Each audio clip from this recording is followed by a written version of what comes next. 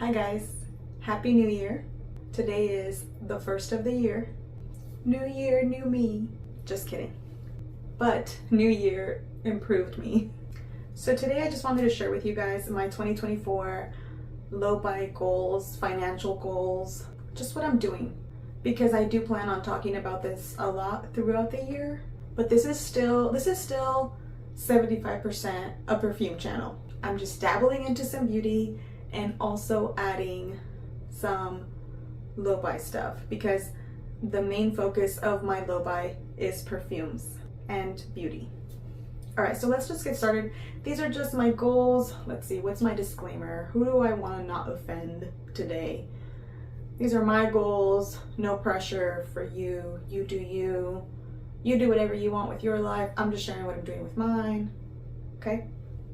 Setting these boundaries and limitations may seem ridiculous and maybe even childish to have to do, like to have all these rules for myself, but my spending habits are also ridiculous. So I'm trying to get that under control, and if this works for me, because it has worked for me in the past, if this is what I gotta do to take care of business, to be better, then this is what I'm gonna do. So it might seem silly to you, it might seem ridiculous, but this is what I'm doing and this is what works for me. So let's just get started. Enough disclaimer. So what I want to do starting today, January 1st, is I only want to do a January no buy, which means I only buy groceries and pay bills. That's it. Just to do, I guess, a spending detox, to get my mind out of chasing, hunting, wanting. I was into, ever since Black Friday, honestly, ever since Black Friday, you know how our mindset goes into like gifts and what am I gonna get for this person, and oh, there's a sale on this coffee maker that I've been wanting, or oh, I've been really wanting this makeup palette for like 6 months and now I can get it for like half price, and my mind's just been on like buy. Even though I'm trying to be careful, my mind has been geared towards shopping for the last couple of months. So I just kind of want to like detox from that, and the way that I want to do that is by going on a January no buy, only buying the essentials. I don't think I'm going to even need to replace anything. So just for the month of January, not for the entire year, I'm going to just do a no buy. Hopefully we can just buy groceries, pay our bills, and it's my husband's birthday in a couple days, so you know, take him out, and any kind of date night will be, because it's a treat for me and my husband, it's not just something I'm buying for myself. That's excluded from that. That's the only thing, because he only has a certain amount of days off and free time to do that, so I'm not going to let that intervene. But anyways, so just for January I'm doing a no buy, and then after that for the rest of the year it's mainly a low buy. And within the year, these are the stipulations of my low buy. So I have broke it down like by category, because I'm really good at finding loopholes in my rules and still abiding to the rules while still overdoing it. I can do that somehow. Like I told you guys before, when I went on a year-long beauty and clothes and purse and shoes low buy, it was like almost a no buy. It was extremely strict. I did it for about a year, but all I did was focus most of my energy on perfumes, because perfumes were not included in my no buy. So that was like a loophole, but then I went overboard with perfumes, even though I did okay with most of the other stuff. Even though I did perfectly good with the other stuff, I overdid it in perfumes. And the reason why I hadn't included perfumes was because I didn't think I had a problem with perfumes, and I absolutely did. So that has also got me to learn more things about myself, and one of them is that it's not the thing that I'm addicted to. It's not the perfumes, it's not the makeup, it's not the shoes or the purses. It's literally spending. It's using spending as a coping mechanism, as a distraction, as a pick-me-up. It's using it in the wrong way. So the problem is my spending habits, not the things that I'm buying or the thing that I'm currently in love with or obsessed with. But that's another video that's coming soon. Right now, I just really wanted to start off the new year just like reminding myself of my goals. So for perfumes. So for the year, I have a limit of 5 perfumes. So my ideal goal is 5 perfumes. So that hopefully really makes me think, consider, and test things out. I actually didn't think through what I was going to do about samples. I think I might be able to sample a few, but before I buy, like if I'm already thinking that I want that one, I'm definitely going to allow myself to sample it, but I'm not going to go buying a bunch of samples either. You know what I mean? So if it's one of the 5 that I want to purchase, I will sample it if I want to, if it's available to sample. If not, then like I said, I have 5 perfumes for the entire year. That's a low buy, and that's like a hard one. Like I don't want to break that one because the issue has been with perfume. And for beauty, makeup, and skincare, it's going to be a no buy. So only things that I need to replace: if I run out of moisturizer, if I run out of mascara, I probably won't for the next 5 years. If I run out of lip balm, anything, eyeliner, eyebrows, anything that I run out of, I can replace. I don't think that I'll need to, but I might. I kind of went on like this makeup shopping spree right before this because I hadn't bought makeup for so long, and I got rid of so much of my old makeup. So there was a lot of things that I needed. I got rid of like almost all my eyeshadow palettes I got rid of everything that was old and only kept the things that I bought within the last 2 years, which was only like 3 little palettes that I bought within the last couple of years. Everything else that was old, I got rid of. And I bought a bunch of new stuff to prepare for this year. I don't know if that's healthy. I don't know if that was bad, but that's what I did because I went a really long time without buying any makeup. Most of my makeup was extremely old. So I did go on a huge makeup shopping spree recently. So no buy for beauty, makeup, and skincare. I also think I replaced all of my skincare that I needed. Everything that I needed now that I'm wearing more makeup. So even like face washes, makeup removers, cotton pads.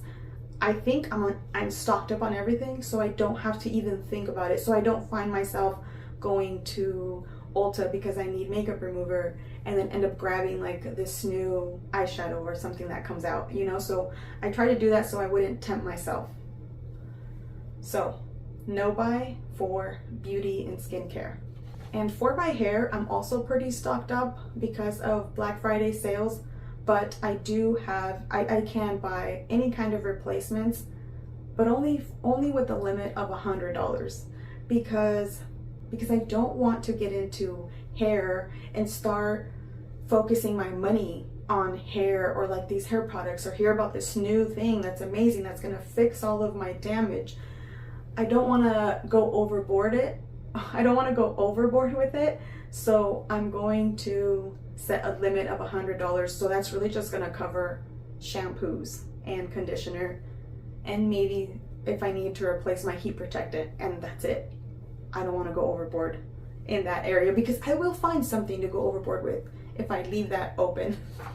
My nails are going to be on a low buy. I don't plan on getting my nails done very much, but I can buy like the press-on nails because I really like press-on nails. They're easy and convenient, and I really just like having my nails done for like 2-3 days and then being done. That's literally my jam because I'm over it. I don't want to sit there for hours and do my nails. I love press-on nails now. It's my thing. So low buy, so I'm not out there looking for a bunch, but also a limit of $75 for the year because I don't need to stock up. I don't need to buy them when they're on sale. And if I don't put a limit, I will definitely do things like that. I'm like, oh, they're only $3. I guess I need 10 of them. So that's me. So I won't do that. So I have a limit of $75 for the year for my press-on nails that I put on only like 2-3 times a month, if that. So I'm also going to add in here home decor because again, I will just shift my focus. I know myself and I might just do that. I might just focus on shopping for home only. So I have minimal home decor, so I'm going to be on a low buy, and I added a caveat, which is I can only decorate a room that I'm fully finished with, and that means that it's clean, decluttered, and it's already in its ideal state to add decor to, because sometimes I have found myself going to buy decor or like this mirror that I see on sale, and it's like this big beautiful round mirror that I've been looking for, but I don't even have that area set up. I haven't even decided how I'm going to design that room, like what style and colors and vibe it's gonna have. So I'm really buying this article of decor that may not fit into what I end up putting into that room. I don't know if that makes sense, but I buy an item because I find it, not because it's currently needed. So now it's just waiting there and sitting there until I finish up with that room, or until I get to the part, like if it's not painted yet or I haven't replaced the floor, whatever work needs done, the room has to be fully done before I start adding decor. That's my goal, because that would be an investment towards my home to make it look nice, which I do want to do, but only if I complete the project, because I tend to leave projects unfinished or get distracted with something else. So like I said, I can only buy decor minimally if I'm done with that room and it's fully ready to go to decorate. It applies for my whole entire house. Also, for kitchen gadgets, only things that are absolute needs and replacements, because that's an area again where I can tend to overdo it, whether it be a cute little new sugar jar, cookie jar, containers, these cute new measuring cups. There's always things to buy if you go to the store with an open heart and wallet. You know, you will always find something cute and adorable, this new little serving tray. I find all kinds of cute little gadgets, or gadgets that they share on like Amazon or TikTok, and they're like, oh my gosh, this new vacuum works so good, or this new this or whatever. So kitchen gadgets, vacuum for the kitchen, that's not what I meant. So any kind of like new kitchen gadgets, I'm not gonna buy. There's one that I've been wanting for a while, but I'm gonna wait quite a long time. Maybe I might get it in the summer, but we'll see. It's the Ninja Creamy. It's a lot of money. It's probably like $300 or more, I don't know, but we'll see. That's the only one that I have in mind now, and if I still want it 4 or 5 months from now, maybe I might consider getting it. But really, that would be a need for the summer to make ice cream, healthy ice cream. But other than that, I'm on a very minimal as needed replacement basis for kitchen gadgets. And when it comes to clothes, I have a lot of clothes that I'm gonna get rid of. I'm literally gonna get rid of about 75% of my clothes, because of, one is some health issues that I have where I can't wear certain kind of clothes. Unfortunately, I can no longer wear jeans or anything that hurts my stomach area, because I've never really talked about this on here, but I have surgery adhesions, which means I have a lot of scar tissue around my stomach that causes a lot of other issues. It's a long story, but I can't really wear any kind of tight fitting clothes or jeans or anything stiff. So a lot of my clothes, I've already been holding on to it for over a year, and my weight just changes up and down all the time. So I'm gonna probably get rid of about 70 to 80% of my clothes. So I am going to get new clothes that's more accommodating to me, and I do want to invest a little bit into some better quality pieces, because lately I've just kind of been going to the store and buying whatever works at the moment, and it's like cheap pieces that I didn't put a lot of thought into out of necessity when I bought those, because I couldn't wear my clothes that I had. So I do have a budget of $500 for clothes for the entire year, and that includes whether I'm thrifting or whether I am shopping at a regular department store. And the reason for that is because I used to use thrifting as like, oh well, it's only $3, $4, $5, so I can go on a shopping spree for $40 or $50 and bring home like three to four outfits with $30, $40. But it's buying too much, you're bringing in too much, and I'm not really thinking about the pieces and that they're the best fit for me. So I would overdo it in that sense because it was cheap, you know? So it's just so I don't overdo it in either side, you know? And like I said, I have a problem with overdoing it at the thrift store because it's cheap, but that's definitely going to count towards my $500 budget. And that's for the entire year. It may sound like a lot, but maybe to some people, I don't know. That's actually not a lot at all when you consider that I need to replace most of my clothes. $500 for the entire year for clothes. So I will only be going clothes shopping when I'm going to be very intentional about it very intentional about exactly what pieces I need and what pieces are missing in my closet so that I don't go over my budget. So for shoes, I'm on a very low buy, only what I may need. And that might be one pair of shoes for comfort purposes. I think I already have my summer sandals. I already have my comfort, like my comfortable shoes that I wear with whatever, which is Crocs. Spoiler alert, Crocs. I'm a Croc lover. I'm a Croc believer. I converted to Crocs a couple years ago and I've never looked back.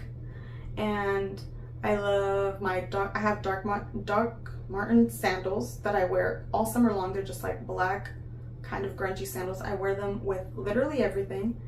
I think I'm set for shoes for like the last few years.